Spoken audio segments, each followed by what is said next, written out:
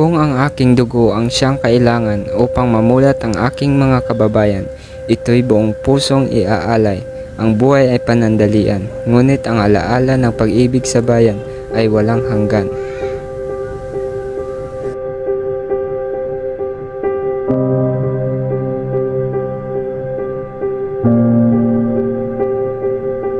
Kapatid na Jose, natanggap namin ang iyong mga salita. Ang iyong tapang ay aming pag-asa, at ang iyong sakripisyo ay aming ilaw. Huwag kang mag-alala, Jose. Hindi ka mawawala sa aming mga alaala.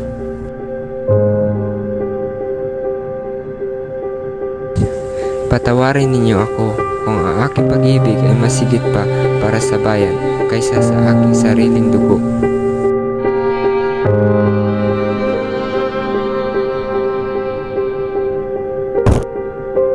Anak, tandaan mo, ang kaalaman ay sandata laban sa dilim.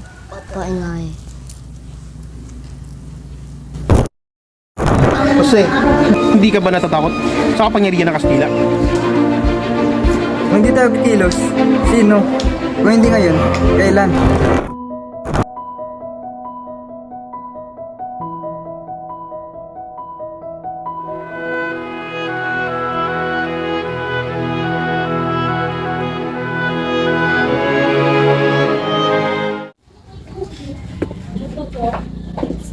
Senyor Rizal,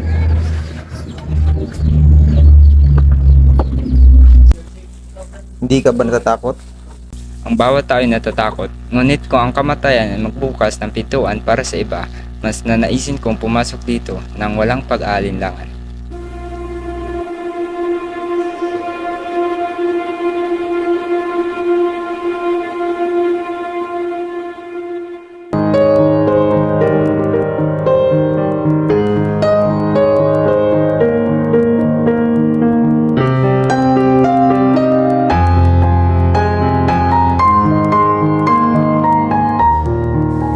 Anak, huwag mong kalimutan ang kanyang pangalan. Sa kanyang mga salita, nakatago ang ating kalayaan.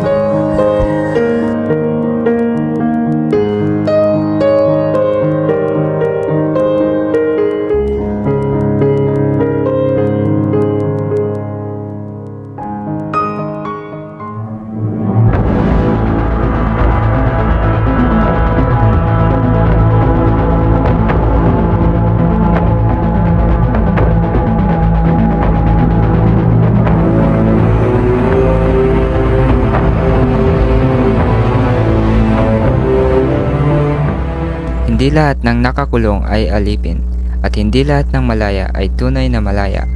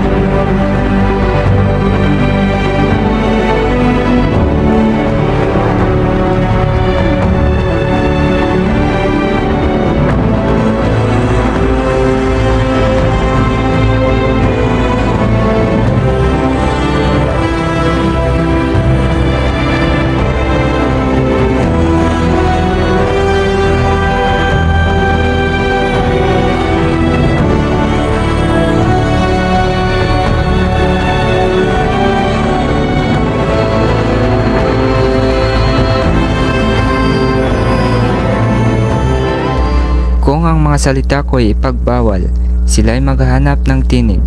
Kung ako'y patahimikin, sila'y sisigaw mula sa puso ng kabataan.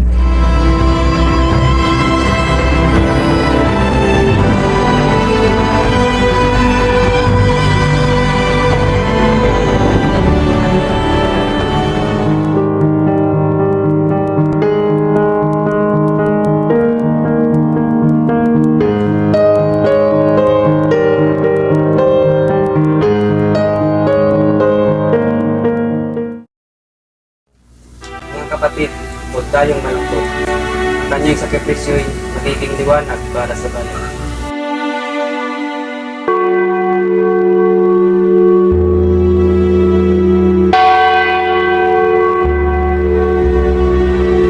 Mamamatay ako, ngunit ang aking mga salita ay hindi malilipin, sapagkat ang pag-ibig sa bayan ay hindi nadadala ng bala.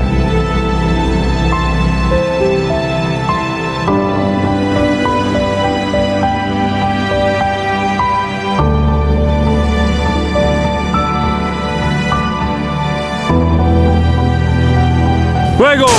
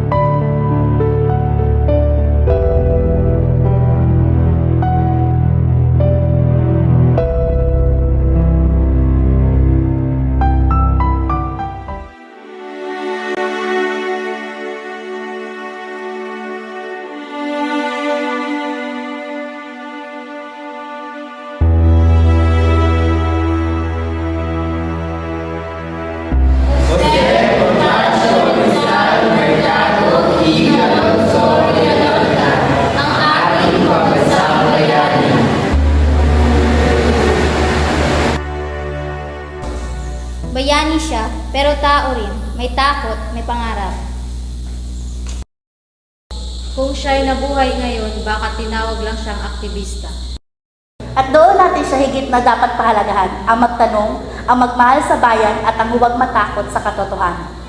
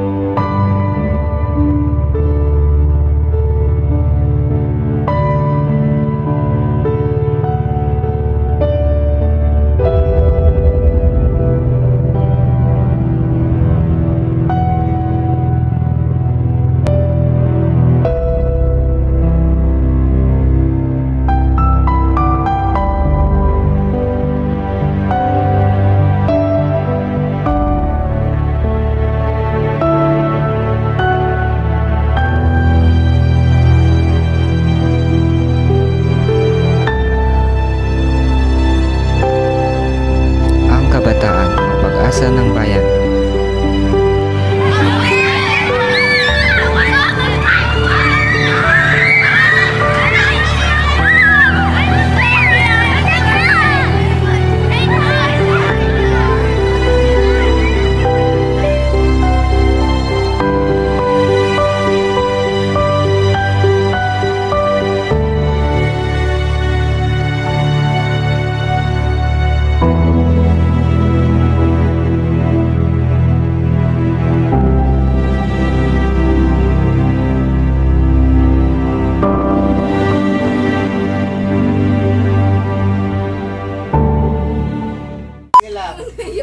Sandata ay laban sa dili. Isa lang!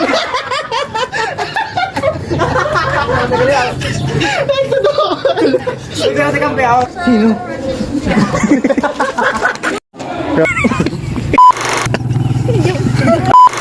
¡Fuego!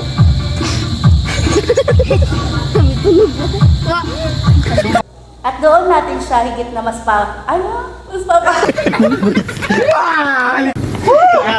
Okay na! Wala ka dilaw ng Senyor Rizal. Ya, abno kayo nga. ¡Fuego!